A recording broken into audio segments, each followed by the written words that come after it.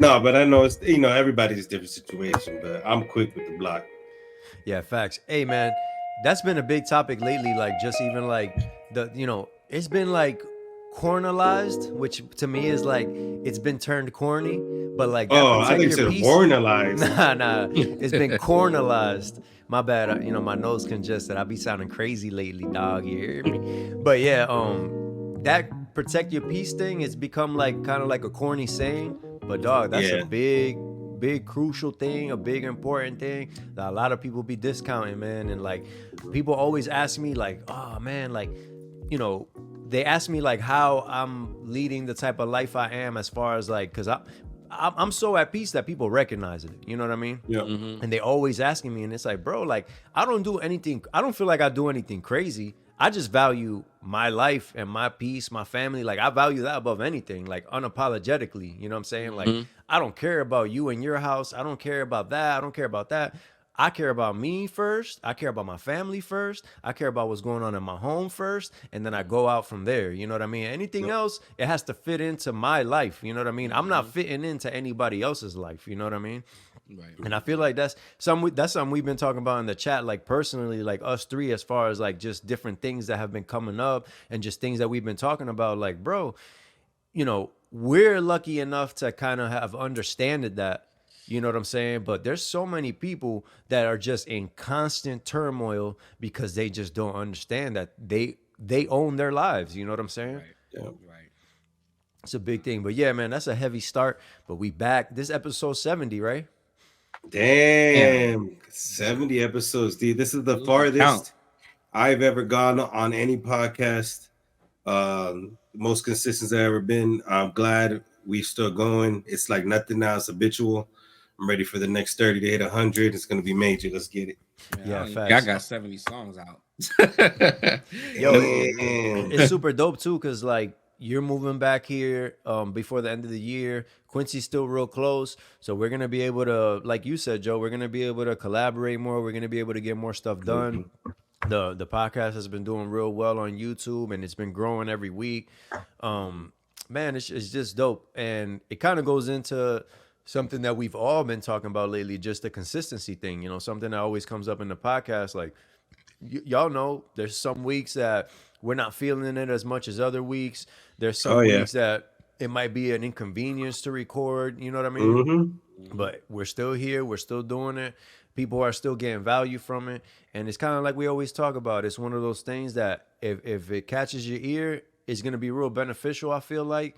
And we just gotta keep striving to keep going. Man, I'm gonna actually peel the curtain back a little bit with my music. After me and my wife opened a nail salon, my budget for my music shrunk like almost to zero. You know what I'm saying? Because all my money was going into the salon, the equipment, the location, the renovations, everything. Because I kind of figured like, let me try to do as much with my money as I can, so that once the money starts coming in, I'm not paying stuff back. You know what I mean? Like it's just going straight to my pocket. Mm-hmm. Good business plan. Exactly. And then so the reason why I haven't quote unquote fell off is because the way I was doing the music thing was with consistency and organically. So what happens is a lot of artists, what they do is they pay for publication, they pay for playlists, they pay for notoriety, and that doesn't necessarily translate to fans. That translates to exposure. Yeah. The way, shout out to Freddie, man, and shout out to his company LAYG. The way we've It's been not doing, late, G.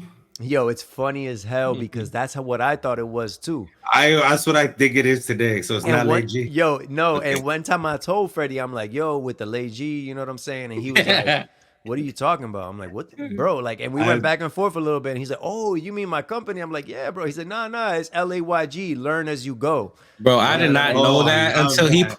he pulled up with a shirt and it looked like a movie trailer. And Oh, yeah. I got one of those. It's fire, It's bro. hard. It's hard. Yeah. And when he pulled up, I was like, "Yo, that's pretty dope." And he's like, "Oh, this is LAYG." And I was like, Yo, bring your mic up a little. he was like, "This is LAYG," and I was like, "Oh, it's not Lay G." You know what I mean? Facts. Like that. But go ahead. Let's finish. Bro, But yeah. late G and Cats Me Out. That's Yo, what it is. No, goated. good. But yeah, when I was talking to him, I'm like, man, I'm real happy that ever since we've shrunk the budget to basically zero, as far as the promo goes, I didn't lose much traction like on Spotify, Apple Music with the fans and everything. And he's like, yeah, because we've been doing everything organic. It's been no playlist, and it's like real people adding your music to their libraries. So even though you're not necessarily attracting new fans right now, but you already got your fans locked in. You know what I mean? So when I'm ready to give a big push for the project I'm dropping next year, I'm working on an album. I'm actually working on doing "It's Okay" and "Dear Mary Jane" in Spanish and Portuguese to drop Oof, those. that'll be And fire. once I get back on the back doing that and getting back on the promo, then it's just gonna keep adding fans. You know what I mean? But the reason I said that was because of the consistency. If I wasn't doing it the right way and if I wasn't doing the work, as soon as my budget would have shrunk, I would have went down to nothing. You know what I mean? But since that's not the case, the people are still locked in. They still asking for music. They still listening. They still got me in their libraries. So it's a beautiful thing. You know, that's the benefit of doing It's stuff the right way. organic. Exactly. But yeah, man, I almost read the first comment on here as far as like the topics and stuff. We'll keep that private. But Yeah, the pre-show. We got to record the pre-show sometime. Put like on Patreon one day or something. yo, facts, man. That thing is Just keep hilarious, him in the man. tug for one day. But yeah, man, it's been a crazy couple weeks for everybody. But like we said, I don't know if we said this before the show or during the show, but we've been consistent. We've been not letting stuff slide, to the side and everything. So this week we're actually gonna get right into the topics. None of the like stuff in the news and stuff, because I kind of feel like it's kind of the same stuff that Yeah. it's been lately, and we don't even really got to talk about it. But a topic that we kind of left off last week on was the tours and pricing and stuff like that. Something that Joe brought Yes. up a couple weeks ago, but he wanted to wait until we had Quincy on to actually really get into it. Yep. No. So what? The biggest thing going on, aside from actual the Ticketmaster bullshit with the way they sell tickets, but the prices of tours today. You know, I'm a big tour enthusiast. I love going to concerts. I love going to shows. I love it. But now I'm seeing just to get a simple lower bowl ticket to Drake and 21 Savage $1,000.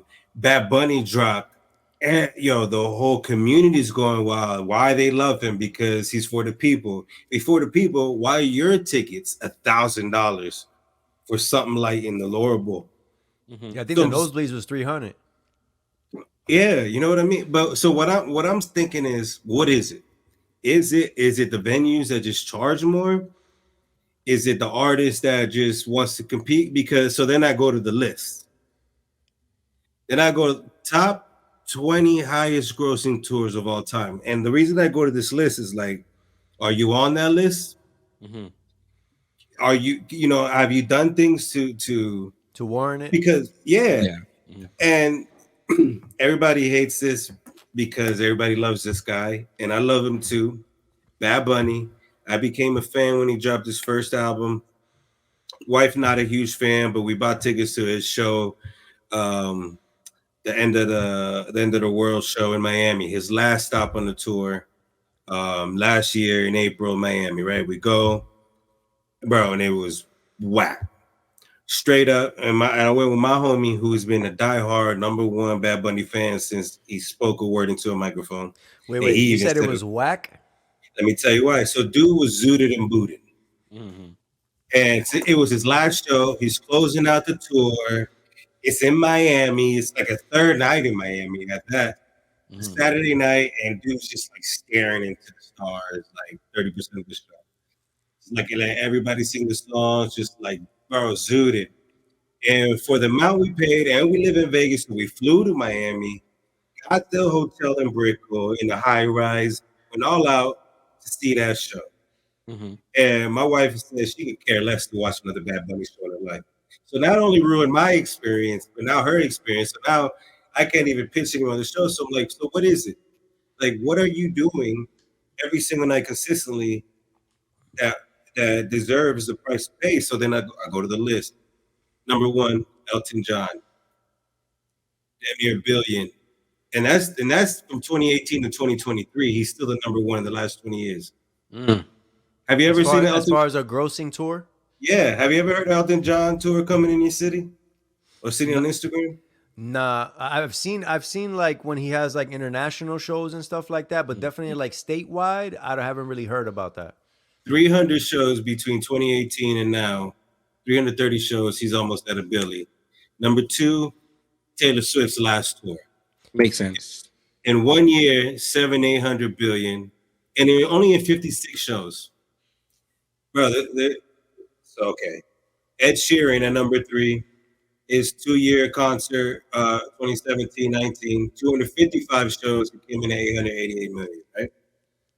Then U2, Coldplay, Harry Styles, Guns N' Roses, Beyonce, Rolling Stones twice, two different times, Coldplay, Roger Waters, AC/DC, Metallica, Ed Sheeran again in the top 15, Madonna, Pink, U2, YouTube, Bruno Mars at number 20. Where's Drake? Where's 21 Savage? Where's Bad Bunny? Why are y'all charging that? Y'all can't even gross these numbers. That's what I'm getting at. What do y'all think is the price now? What do you think it's worth? Who do you think it's worth? What do you think determines it? Go I ahead, have Quincy. I have a response. So so Lester, you remember when we went to Rolling Loud? Mm-hmm. I think you said that was your first festival, right? Like your Yeah, first music, facts. right? And you remember when we went and what was the first thing you said to me? You was like, "Damn, there's mad white people." Right? Hey, Yo, wait, but I'm, wait, I'm let a, me get where I'm going. wait, But wait. go ahead. Am I Let me say, right? real quick. Okay. So I'm the type of person, bro. Like I'm looking at the lineup, right? Mm-hmm. This is all hip hop, a lot of Atlanta music, Mm-hmm. a lot of bro. This is It's mad hood stuff. dog hood. Yeah, that's the best way to describe it. It's hood stuff, bro. Mm-hmm. Dog. When I pulled up to that Rolling Loud, because like you said, I never been to like I would never really went to concerts like that, and that was definitely my first festival. So when I pulled up, dog, and I seen the crowd, it just didn't even compute in my head. Like, where are you even listening to this music at? Like, where are you even like? It was crazy. But go ahead. All right. So exactly. So to that point, right? Have either of you, and I'm only asking because I've only been to one, and that's with my fiance because she's super into musicals. Have either of you ever gone to a musical like show, like a live musical A performance? musical, yeah, yeah, yeah. I I've been have, to. but like my brother used to do a lot of musical performances and stuff like that. He used to play the lead in a lot of plays like in his high school and stuff like that. So like I used to go to like his stuff, but I haven't been to like an official one. You know Official. what I mean? Okay. So the reason I asked for the reason I ask is because I remember like buying tickets to that specifically for her. I think it was for Christmas or for her birthday or something like that, and how expensive it was to be in the nosebleeds, right? But when you go, there's a lot of white people in the audience. Like that's a great form of entertainment for them. And Mhm. I'm going somewhere, so let me get there.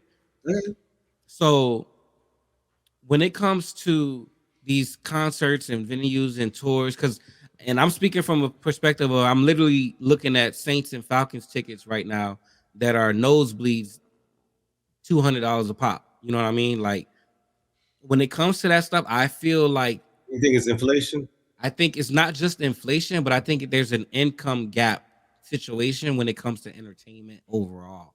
Like I feel like, when you think about it from that standpoint, we already know less, you know, when we went to that festival, most of the people that was at that festival probably come from a certain background that they have the finances to pay for it. And when you're an artist or a entertainer and you're trying to get as much money as possible, these people going to pay no matter what. They're going to pay Yeah. because they got it. So why not? Yo, so check this out.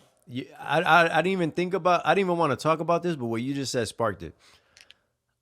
I'm not gonna say the name, but I've had the pleasure of being around a very big Spanish artist, Puerto Rican artist, and I remember one time, and it was through one of my homies. You know what I mean? He was the one that made the connection. He's had a couple get-togethers that he's invited me, and he was there also, the artist. So one time we were sitting talking, and he was just talking about because he's Puerto Rican. He was talking about going to Puerto Rico for shows, right? And he kind of broke it down like this. He was like, the crazy thing is, I can go to a country in South America, I can sell out a soccer stadium and make 250K one night. You know what I'm saying? Clean, cash, Yeah. 250K. He's like, when I go to Puerto Rico, they want me to perform for $1,000 or free. They want me to be in some random club and they want me to perform for an hour. You know what I'm saying? And they want me to go for like $1,000 and say, hey, you from here, show some love. You know what I Yeah. mean?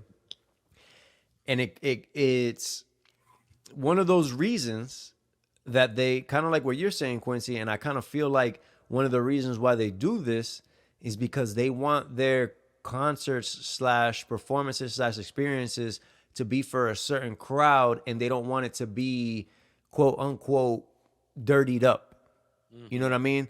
Like a lot of times, like kind of like we were talking about with Rolling Loud, a lot of times the people that actually listen to your music and is really locked in and really understand what you're talking about, they're coming from where you're coming from. You know what I'm saying? As far as like we were talking about, like a lot of these Atlanta rappers, they grow up in a certain environment, they grow up with a certain situation, and if they did concerts for their real crowd, a lot of times what happens? Shootings, fights, different things. So they Yeah. kind of price it out of the range of what somebody like that could afford to make it a more like friendly environment. Like Okay, that's one angle though. But think of this. here, wait. Okay, go I ahead. was I Finish. was Finish up. going to I was talking towards Quincy's point. Now, Yeah. my take on it is, which I know for a fact, this is one of the main reasons, and it goes back to what we talked about with Taylor Swift. No, not Taylor Swift. I'm sorry, with Bad Bunny, and Taylor Swift goes into this as well. So Bad Bunny and Taylor Swift, expensive tours, big artists, international, some of the biggest artists in the world. A lot of times, these people get small percentages of their music. Very, very, very small. Now, listen.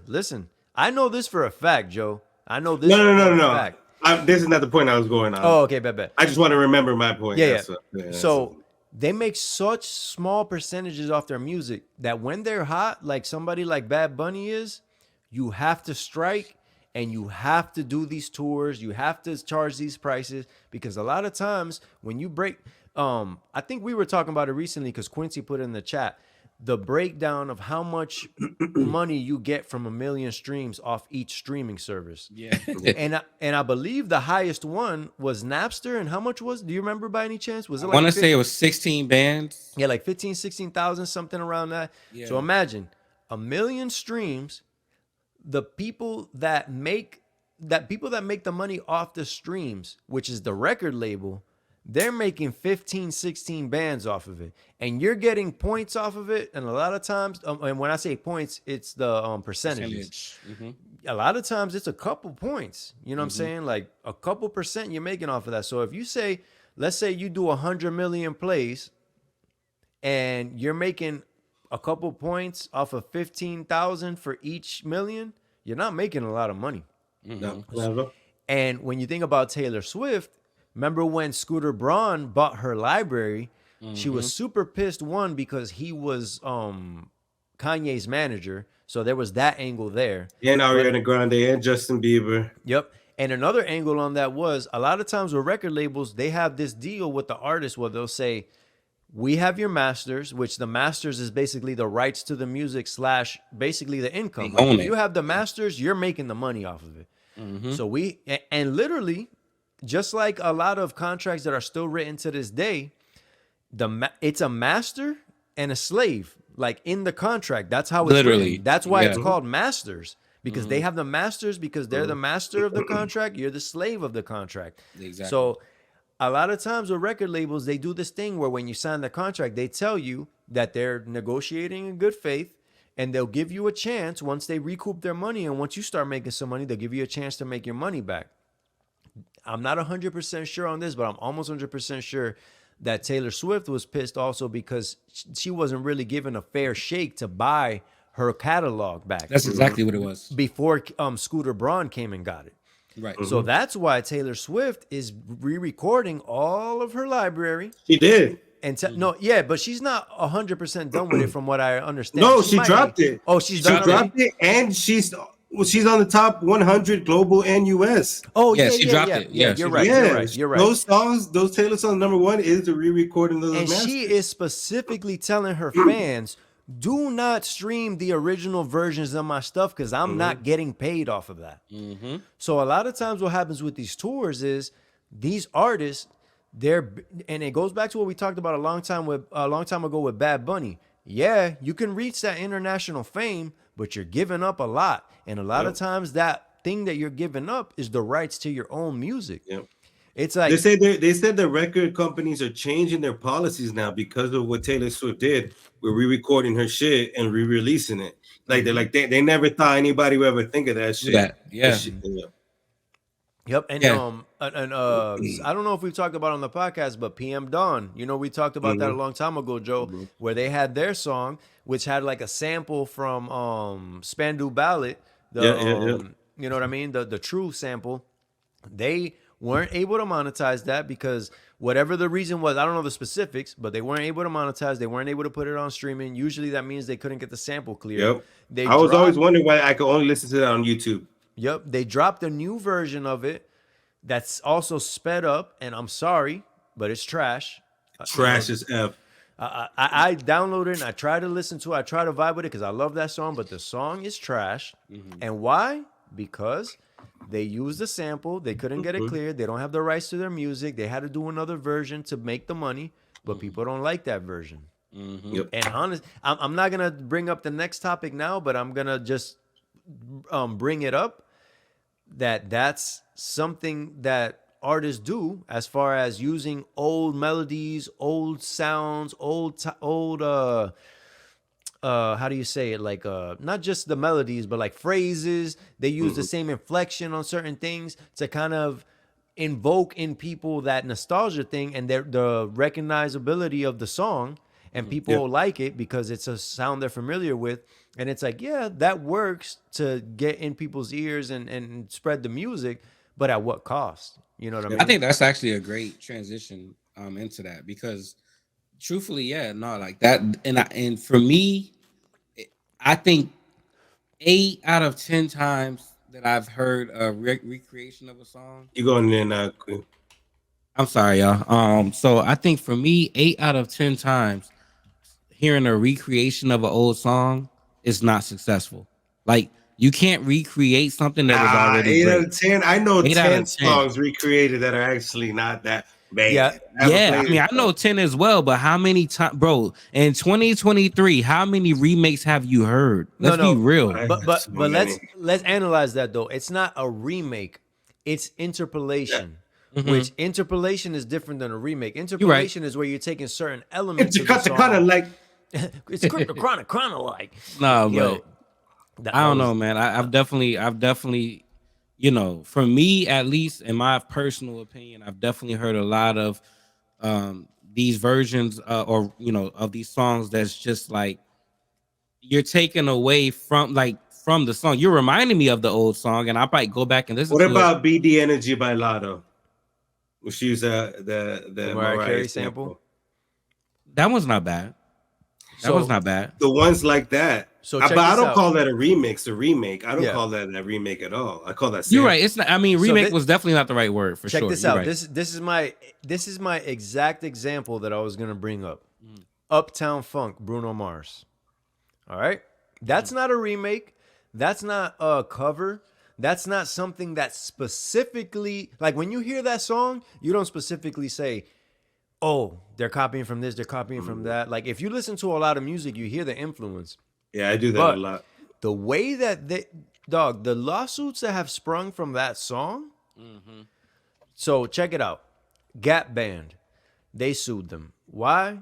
Because they used a lot of their, bro, it's hard to really get into because it's so much, but there's drum breaks in that song, there's melodies in that song, there's instruments in that song, even as simple as when he says don't believe me, just watch, and then the trumpet hits.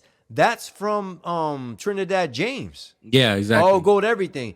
Don't believe me, just what? Yeah. That is the same exact melody from Uptown Funk, the same exact syllables, the same exact everything. He Hmm. took that from Trinidad James. He took a lot of the elements from the Gap Band. You know what I mean? This is something that I've always found very interesting as an artist because it's kind of like this thing, and I always heard it like when I was, when me and Quincy were going to Atlanta a lot, traveling a lot. Quincy never went with me to LA, but when I would go to these studios and you link up with these producers and engineers, they're always trying to push you to go to a familiar sound because it's like a scientifically proven thing that people are going to gravitate to something that sounds familiar, that Hmm. reminds them of before. It's like a comfort thing, you know what I mean? Hmm. If I'm singing, it's kind of like we talked about with the Mariah Carey Honey song. You know what I mean? If I'm somebody that already likes that song and then I hear a song that takes little elements from it but not necessarily is completely copying from it, it's going to be a familiar, nice melody to me. So I'm going to give it a better chance than if it was something completely new. You know what I mean? And that's something as an artist that you always struggle with. It's like, do I want to sample this? Do I want to kind of chase this sound? Do I want to do this or do I want to chase my own lane? You know what I mean? And I kind of wanted to get y'all thoughts. Like, what do y'all think about when these artists take a lot of elements from other songs to kind of put together their thing? Do you think it takes away from their artistry? Do you think it doesn't matter? Do you think it depends on how they do it? Like, what do y'all think? A little bit of everything. I think it depends on how they do it. First off, two, it also depends on the amount of it. Like I've heard, I can't remember who who did it, but there is a song. Oh, the Nelly, the Hot in Here. Who did a remake? Somebody did like NLE a Chopper, I think. thank you. Yes, NLE Chopper did like a version of Hot in Here where there was almost identical, and it was just like, bro, why did you do that? You know what I mean? Like that to me as an artist, it's like you don't see any other kind of art, painting, photography, videography, any other kind of form of art where people are literally like duplicating someone else's form of art. Like, yeah, they may Mhm. take aspects No of one it. ever draws the Mona Lisa, puts a Yankee fitted on her, and tries to sell it. Exactly. That's exactly what I'm saying. So that for me as an artist is like that's where you lose me as an artist from that standpoint because it's like people sample all the time, but the point of sampling is to recreate something so that it's new again, not to Yeah, I feel like, remake and it. shout out to DJ Premier, man. He is, if people listening to this never heard of DJ Premier or don't really know, he's like basically like when hip hop really was in its peak, 90s, early 2000s. He was the guy as far as like hip hop production. He was like almost a standard. You know what I mean? And what he would do was, obviously there's the familiarity in it, but he would take samples from stuff and flip them, take little pieces, pitch them up, pitch them down, chop them up. And it's almost like you didn't even really know where it came from because the way he was manipulating it, it sounded like his own thing. You know Exactly. what I mean? And the thing that happens now, and my bad. Also, I wanted to shout out Questlove and Scott Storch because Questlove was recently on a podcast. Sorry, I don't have the name of the Mhm. podcast handy, but basically, he was just Damn, I talking. would like to hear that. Yeah, he was on a podcast talking about Scott Storch because Scott Storch was in the Roots when he was very young, Oh and he wow. was saying that whenever he would want to like kind of like catch the vibe of a song, he would play it for like maybe 10 seconds and he would stop it and be like, "Hey, let's do something like this." And then the person would be like, "Hey, let me hear it again, or let me hear it longer so I can catch the vibe." And the reason why he liked working with Scott is because he could give him the 10 seconds, and Scott would just kind of recreate the vibe with the feel, but Yeah. it's not necessarily And he like he was freestyled cop. everything, man. Yeah, he wasn't Such was a copying it. You legend, know what I bro. mean? He Hmm. was just giving you He the was a kook, feel. but he was a fucking legend. Yeah, Hmm. bro. He's a savant, bro. Like as far as music goes, he's a savant, man. But yeah, he was, and Questlove was very intentional of like, I'm only gonna play you 10 seconds because I don't want you to catch the cadence. I don't want you to catch the exact melody. I don't want you to study it. I just want you to Hmm. give me a feel of it. And he liked working with Scott because he felt like he can play him 10 seconds and he would give him the feel but make it his own. Yeah. You know what I mean? And like I said, as an artist, bro, like I've never been big into sampling. I've never been big into taking inspiration from other songs.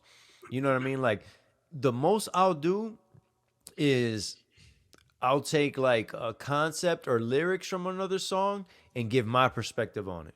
You know what I Yeah. mean? But you hear my music and you really can't tell because the sound of it isn't the same. It's just maybe the topic is the same. You know what I What mean? was the song you did that was kind of based off of the Goody Mob song? I'm sick of being Oh, lonely. comfortable, Yeah, yeah. Like you would comfortable. have never known like that. Mhm. That's where that stemmed from for sure. And yo, it's funny that you mentioned that because I wanted to talk to you about this one song that we did a long time ago called Just Us Two. You remember that? Yeah, yeah. I remember that one. So that song, I actually got the inspiration from the Just the Two of Us song. Oh, You know what I mean? mm-hmm. I kind of flipped it into like a different idea and kind of rearranged it to make it like a different song. And I want to actually redo that song. That I'm song was glad you hard. I love that yeah, song. I'm glad you reminded me of it. But yeah, what do you think about that, Joe, as far as like what we've been talking about with artist sampling and Hey, stuff like that? I was gonna say, and what was crazy to me is listening to T Pain buy you a drink, right? In the Mm-hmm. video we sent, and how much he used. And for me to love that My bad. song, Let me cut you off real quick just to say this. T Pain said he basically makes no money off that song because yeah, he used so many references and melodies from other songs, and he's and paying they all so many yoked his people. ass up. Yo, yoked his ass up, bro. Sheesh.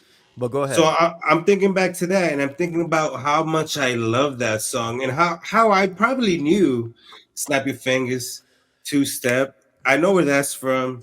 You can do it all by yourself, buy your drink. The Babe, Chris what's Brown, oh yeah, let cafe me like talk to you. ooh, Let me buy you a ooh, drink. Like ooh. I yeah, like I probably knew, but the way he did it was so good that it became a new song to me. And I never Facts. thought, and I could probably hear those songs played right after that, and I wouldn't even correlate that just because they're really good songs. Mm-hmm. Yeah, he But the did his way, thing, and man. then He's underrated. for real, and then I go to the Tory Lanez version. I know a lot of people don't bang with Tory Lanez. I get it, but then Tory Lanez did Jerry Sprunger, right? And he did Uh the huh. kind of same thing, and he made it a new song. But when people listen to that song, because I played it for like my wife's friends, and they're like, "Oh, we want to hear the original now because of that." Like, want to hear religion? Like, if they can take it from me and build it into a whole new song, and let's back to Jay-Z, you made it a hot line, I made it a hot song. You know what I'm saying? Like, Mm-hmm. if you can switch it up like that, I will appreciate it. I will And always and go appreciate it. going back to Tory Lanez, the Chicks tape, which was him taking old R&B songs and flipping them, that's what Hmm. brought him like that's what really like He did it catapulted really him to the front well. of the He did it game. really well. I'm Mm-hmm. not gonna cap. He did it But really well. you know, he got his core fan base from that. I'm not trying to take anything Mhm. away from him as far as an artist. I'm not trying to take anything away from Oh him as yeah, when far as it a came to fan making base. his own music, it was a little different. A little Exactly. different. Exactly. That's kind of Mhm. what I was going to. It's like, I'm with that shit too. Yeah, yep. but that's how I feel though. If you can make it a new brand new song for me, where I know where it's coming from, but I appreciate what it is now, I accept it All all right. day. Now, kind of transitioning into what Quincy wanted to talk about. Whenever you're an artist, and let's say, like for example, with Tory Lanez, like I feel like at that time he kept doing the chicks tape thing because people was responding to it. He kept dropping He came with like more. four of them, Yeah, yeah. Five, actually. Yeah. five, right? Now, Yeah. Mm-hmm. you know, the audience was telling him that's what we want, so that's what he was giving them. Mm-hmm. So, what do you think about artists taking the feedback of the fans Mm. and turning that into their art? I mean, I think that's. I think for his example, he did it his way. You know what I mean? Like, I feel like if you're doing something that's not you, then it's kind of like, dang, you kind of like, you know what I'm saying, just in the rat race with it. You know what I mean? But if you're able to do it your way, which again, the like you said, the Chicks Tape projects were like some of his best projects, you know. Oh And yeah, I love it. even for going to T Pain point, that Jerry Sprunger song, bro, that That was song the is one as far as Tory crazy. Lanez That's go. my That banger, song is bruh. crazy. I And the thing is that the beat was the same. He had T Pain on it, but he did it his way, and it was so dope. And that's why, Yeah. to me, that was a successful way of sampling. You know what I'm Yeah. saying? Yeah. My It's joint like was the I'll take that all day. differences one he Pause. did, bro. That was differences was good too. hard Ooh, too. That was man, good too. Yeah. that That's one was good my too. favorite one. Mhm. But it's like, just going to that point, man, I think that when you're able to do it your way and put your sound on it, and again, when I hear Jerry Sprunger, I don't hear I'm Sprung. Me Exact neither. They're same two beat. different songs to me. Exact same beat, but I don't hear I'm Sprung. So Two that's different why songs to me. that's dope. And when it comes to doing what the fans want from that standpoint, it's like if it works for you and it's your style and you know what I mean, it's your sound, I guess you could call it, then I'm here for it. You know what? I can name two. No, well, okay, a rapper in the group who stuck to that forever. Fabulous in the Locks. Mm. They have never stopped making the music that their core fans want, and that's all they ever cared Hold about. on. Hold on. You Uh-oh. can't say Nas. I'm You gonna can't Uh-oh. push. say No, no, Nas. no, no. I'm not gonna say Nas. All right. I'm He gonna made a push Yay back on. album. I'm Don't gonna say push that. back on the Fabulous one. I'm gonna push back on the Fabulous Okay, one, okay. and I'm gonna tell you like this. This is my reasoning.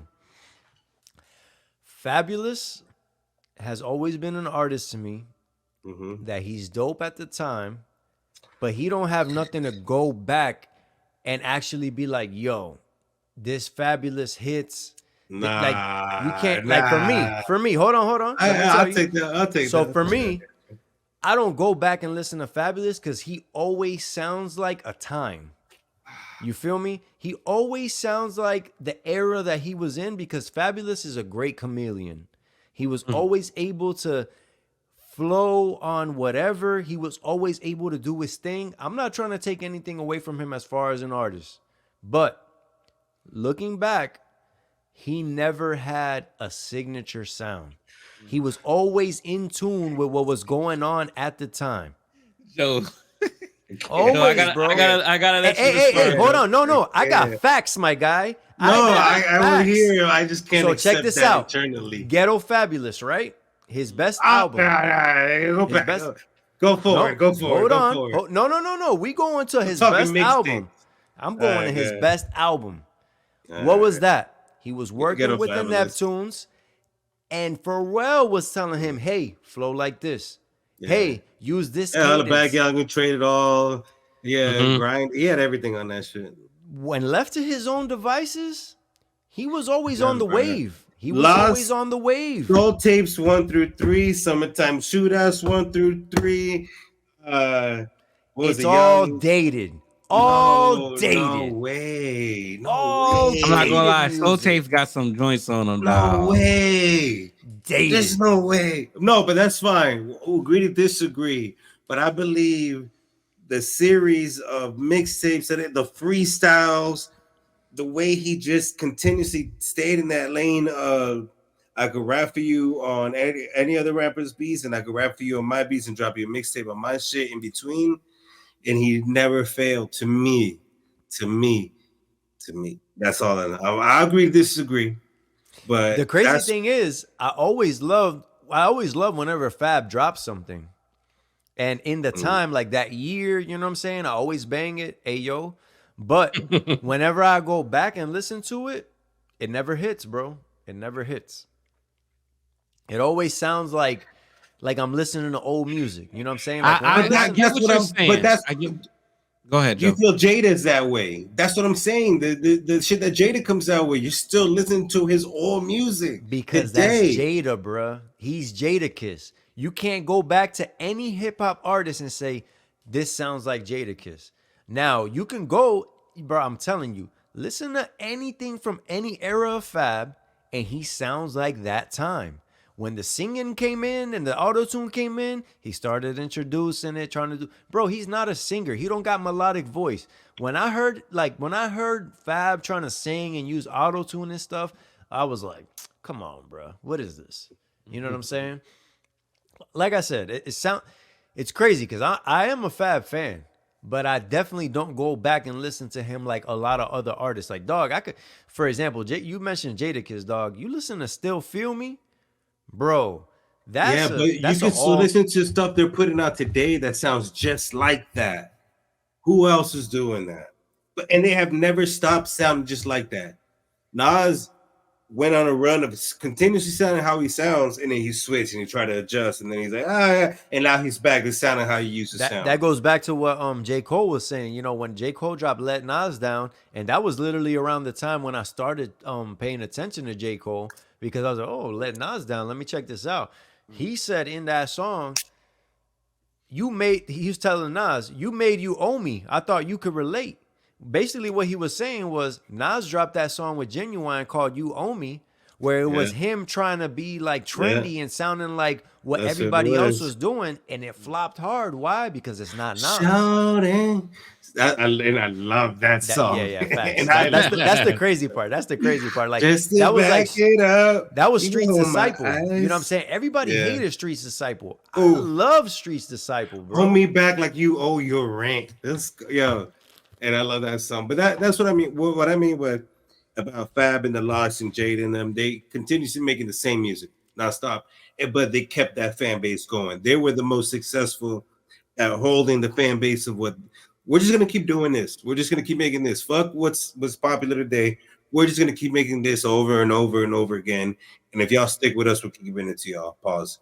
I think Fab, Jada, and the Lox, they were like that. I don't know. I can't think of another rapper or in a rapper group who did that.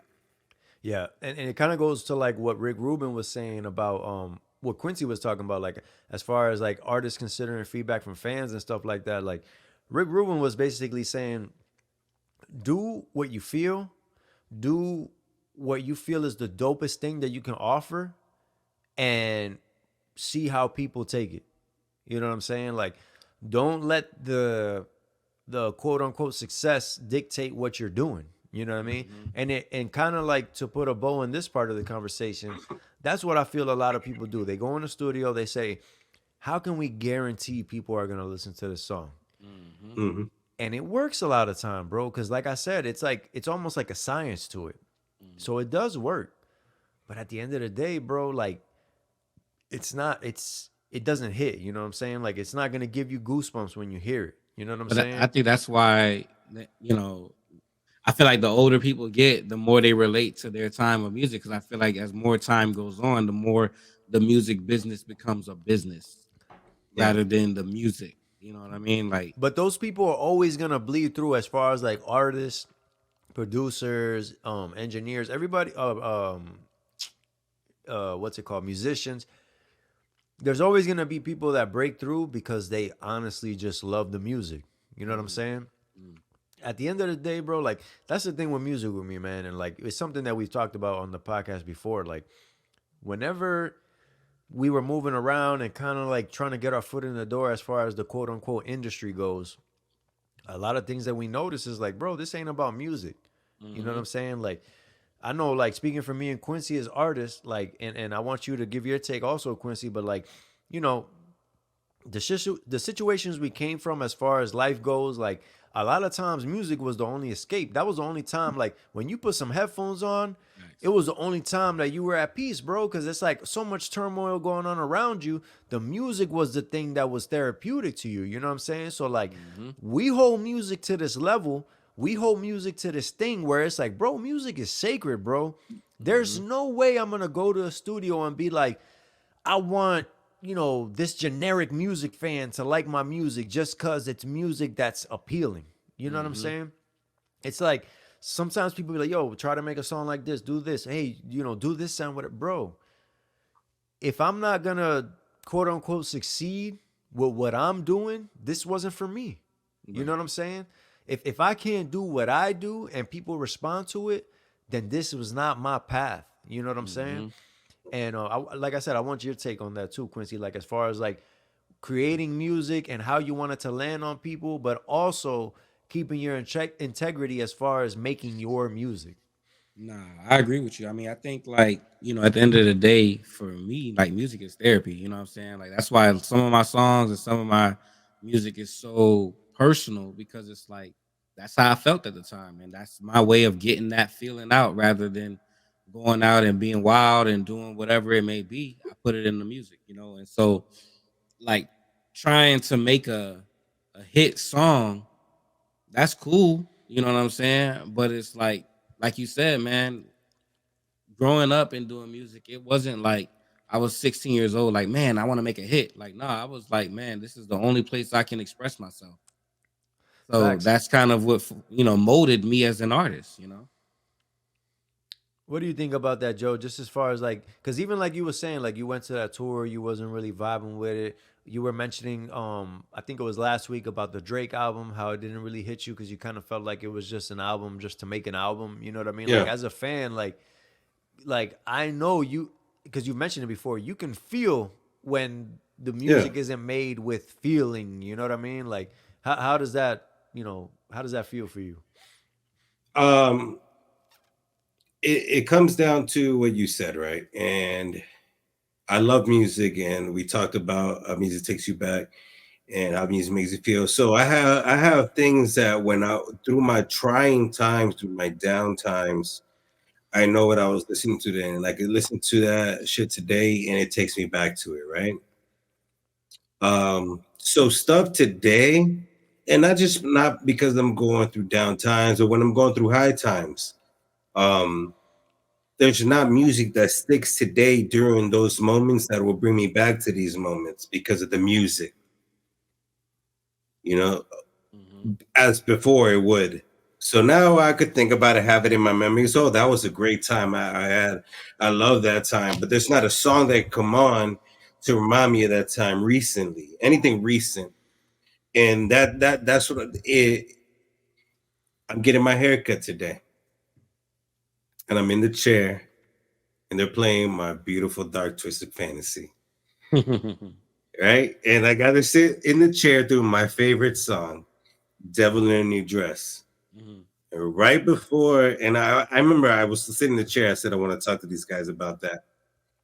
Right before Rick Ross's verse, the guitar breakdown. Dun, dun, dun, and it was just literally probably a minute and a half of pure music playing.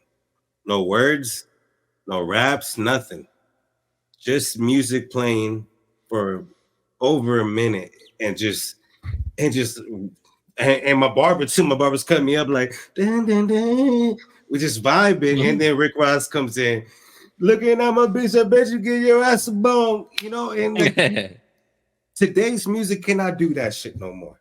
They can't just play the track, the instrumental for a minute and just let you hear that shit and keep you in.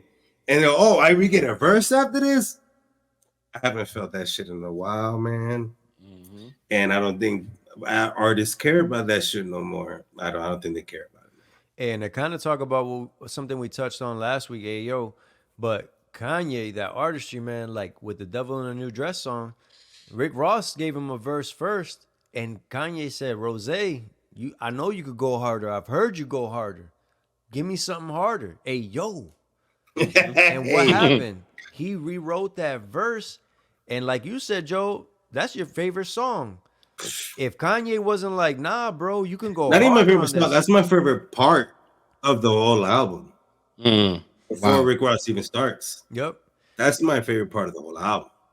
But even the fact that you let Oh yeah, yeah, the verse yeah. slide after Oh yeah, that, yeah, yeah. you don't skip.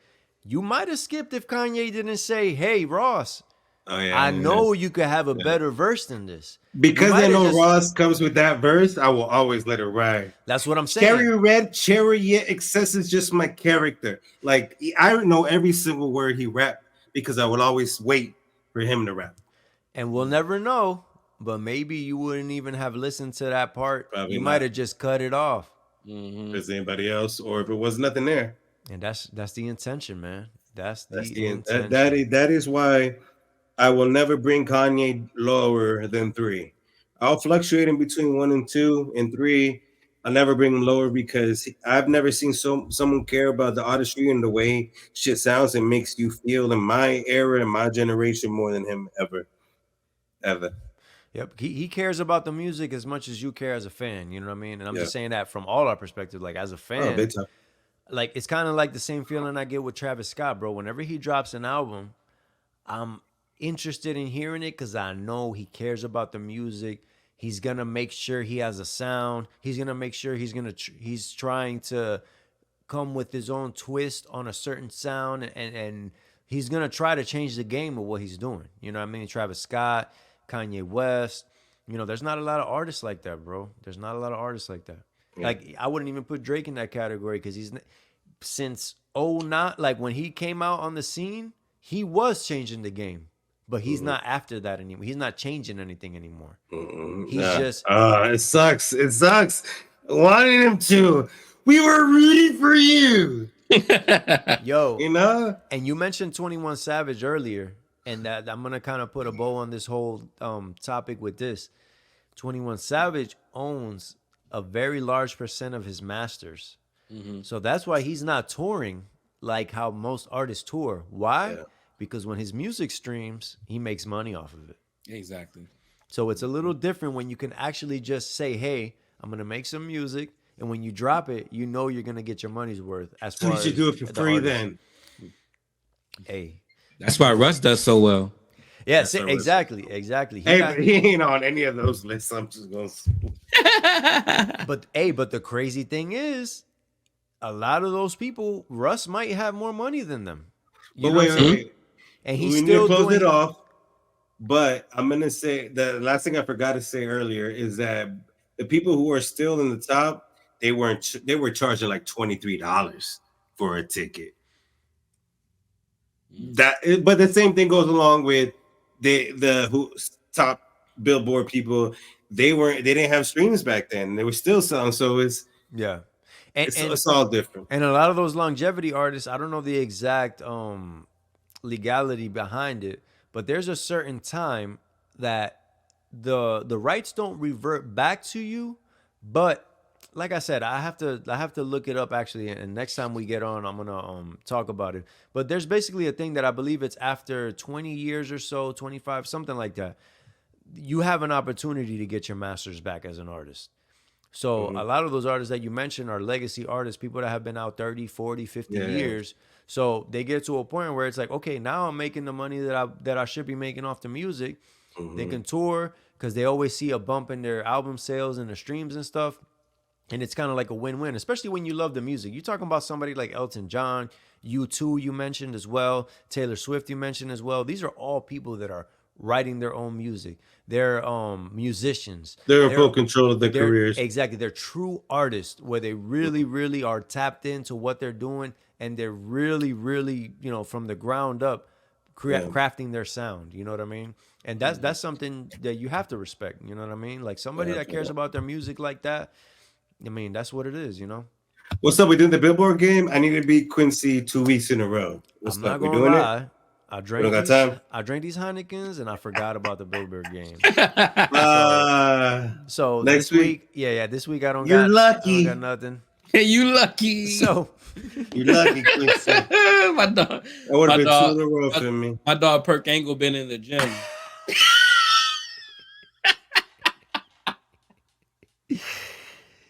yeah, man. Hey, man, that new Call of Duty dropping on the 10th, baby. I'm off that day. Veterans Day. It's the only thing I'm taking off in the next 2 weeks. I'm gonna be on. Let me Let's know. get it. LMK. I'm ready. But yeah, man.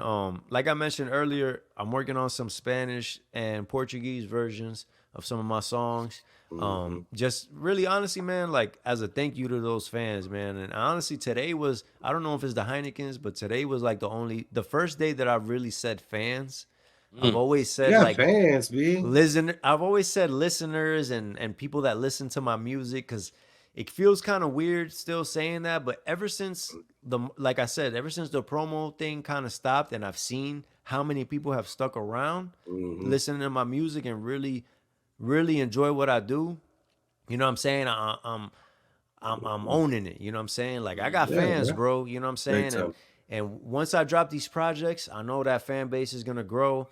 And kind of like we've been talking about this whole time, the reason why I'm so passionate about music and all we're talking about is because it's important to me, bro. Like my music is super important to me.